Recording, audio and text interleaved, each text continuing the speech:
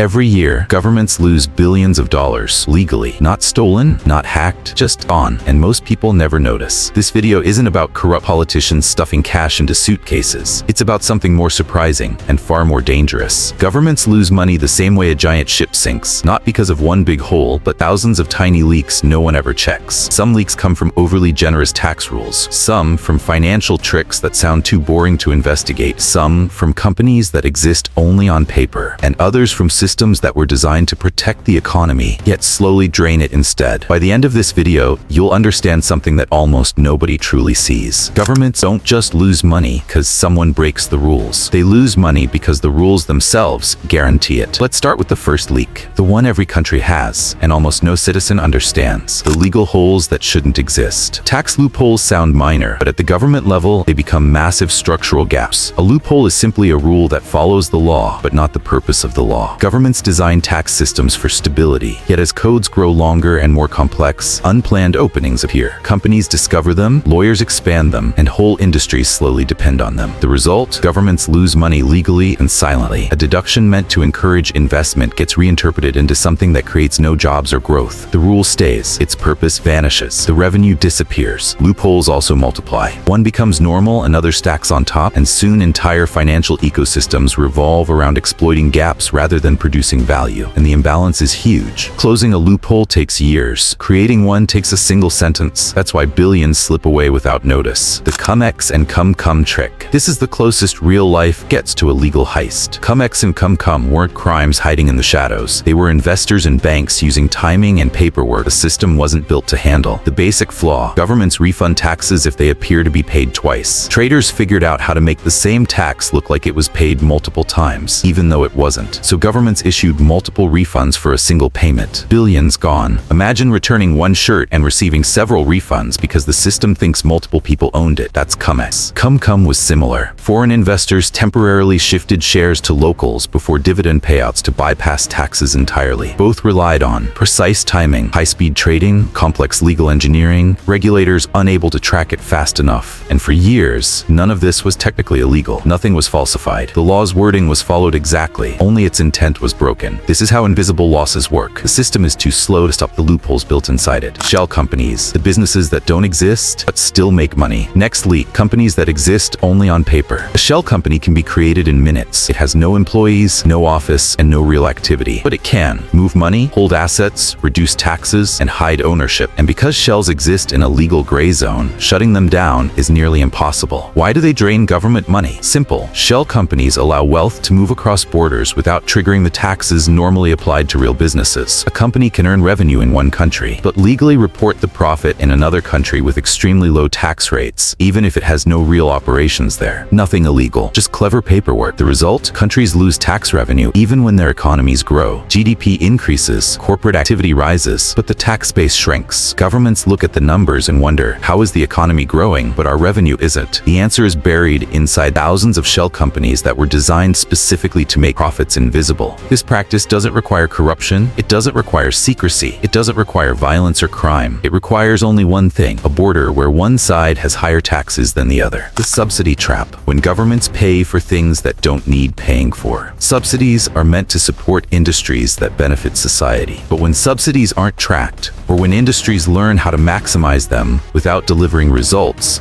the system becomes a drain instead of an investment. A government may pay a company to produce a certain material domestically. If production drops, funding increases to encourage growth. But some companies discover that staying just inefficient enough makes them eligible for greater subsidies every year. When that happens, governments pay more and receive less. This is known in economics as a perverse incentive, a rule that encourages the opposite of what it was designed for. And here's the key insight: perverse incentives usually outlast the institutions that created them. Governments change, policies change, economic priorities change, but subsidies rarely disappear because removing them can anger industries, regions, and jobs. stops, so governments keep paying, year after year, sometimes for decades, and the public rarely notices because subsidy spending looks harmless on paper. It's spread out, technical, and buried inside budgets no one reads. But when combined over time, it becomes one of the most predictable and least discussed ways governments lose money. Government guarantees, the quiet money sink. A government guarantee seems harmless, a promise to cover debts if something goes wrong. But the psychology of guarantees is where the problem begins. When companies know the government will save them, they take bigger risks. They borrow more. They invest in riskier ventures. They expand faster than their industry supports. The government rarely pays at first. Everything looks normal. But if a crisis hits, governments suddenly owe massive payouts. Not because they invested poorly, but because they made promises years earlier without preparing for the consequences. Guarantees can be for banks, for private companies, for infrastructure projects, or even international partnerships. Most guarantees never appear on the national budget. They sit quietly in the background, invisible liabilities. But when something breaks, they become real overnight. This is how governments lose money, not through spending, but through promises they never expected to keep.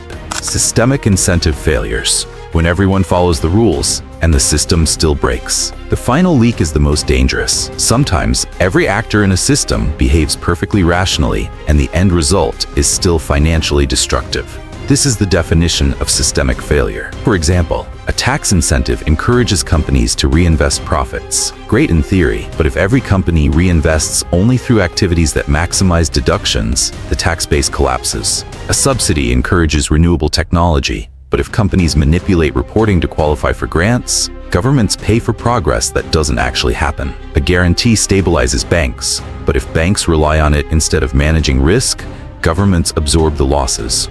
In each case, nobody breaks the rules. Nobody behaves maliciously, nobody commits fraud. They simply optimize for the incentives they're given, and the system loses money exactly as designed. This is why these leaks continue. They are not mistakes. They are predictable side effects of complex systems.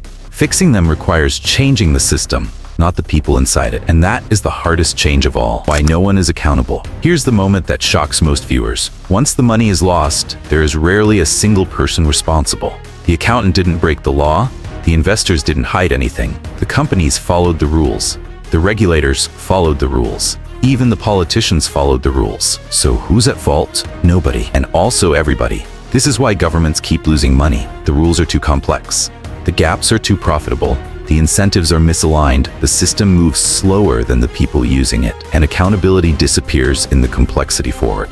This is why the leaks continue, quietly, legally, endlessly. The open ending Iran. And that brings us to the final truth. The system doesn't leak money because it's broken. It leaks money because it works exactly as built, for the people who know how to use it. Every loophole has a lobby. Every subsidy has a supporter. Every guarantee has a justification. Every incentive has a defender. So the leaks never fully close. They simply evolve. And that's why governments keep losing money without anyone noticing. Not through corruption, not through crime, but through a system designed with good intentions that still manages to drain billions every single year.